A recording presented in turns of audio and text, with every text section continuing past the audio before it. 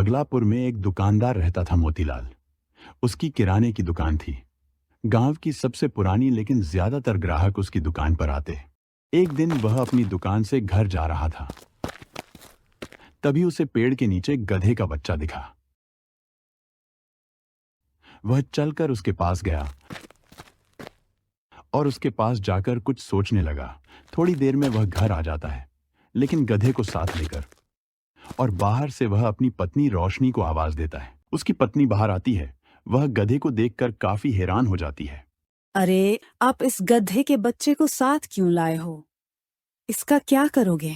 ये गधे का बच्चा जब बड़ा हो जाएगा तो हमारे कितना काम आएगा। ये हमारा सामान इधर उधर करने में मदद करेगा। जब कभी बाजार से सामान लाना होगा तो इसी के ऊपर रखकर आसानी से ले आएंगे। अब वह हर रोज दुकान आता तो साथ में अपने गधे को भी लेकर आता।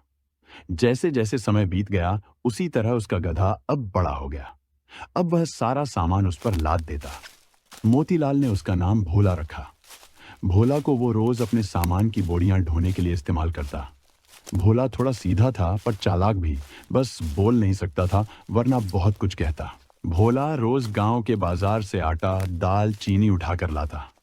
मोतीलाल उसे खुद कभी प्यार नहीं करता था, बस गालियां देता और कहता, अबे नालायक, तुझसे अच्छा तो मेरा तराजू है।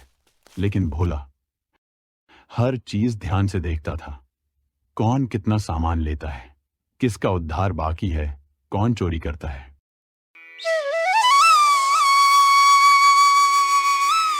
अगले दिन वह दुकान पर आया तो उसने देखा सारा गल्ला, कुछ कीमती मसाले और दवाइयां गायब। पुलिस आई, पूछताछ हुई, कुछ नहीं निकला तो मोतीलाल टूट गया। उसने दुकान बंद कर दी। भोला चुपचाप कोने में खड़ा सब देखता रहा।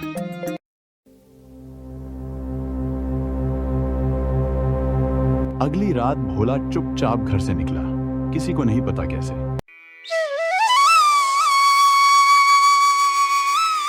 पर अगले दिन सुबह मोतीलाल की दुकान के बाहर बोरियां रखी थीं, जो चोरी हो गई थी। मोतीलाल हैरान, आसपास कोई नहीं।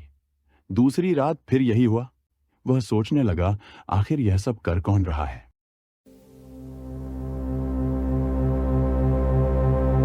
एक दिन मोतीलाल ने छुपकर देखना शुरू किया।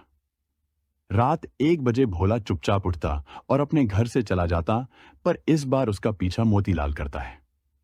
वह चलते चलते एक घर में घुस जाता है, जो होता है गांव का एक शराबी बिल्लू का। मोतीलाल पेड़ के पीछे छिपकर ये सब देख रहा था। भोला बिन बोले सारा सामान उठा लेता और वहां से चला जाता है। यह सब देखकर मोतीलाल भावुक हो जाता है। अब मोतीलाल को अपनी गलती का एहसास हुआ। उसने भोला को गले लगाया, दुकान के सामने एक बोर्ड लगाया जिस पर लिखा था, ये दुकान अब 2 जनों की है, एक जो बोलता है और एक जो सब समझता है। भोला अब दुकान के बाहर बैठता था। कोई उधार में जुगाड़ करता तो वो ढेंचू मारता, कोई बिना पूछे सामान लेता तो कान हिलाने लगता। गांव वाले कहते थे मोतीलाल की दुकान चल रही है, लेकिन मालिक असल में वो गधा है। इस कहानी से हमें यह सीख मिलती है कि दुनिया में कुछ लोग बोलते हैं, कुछ सिर्फ समझते हैं, पर समझदार वही होता है जो बिना बोले भी काम कर जाए।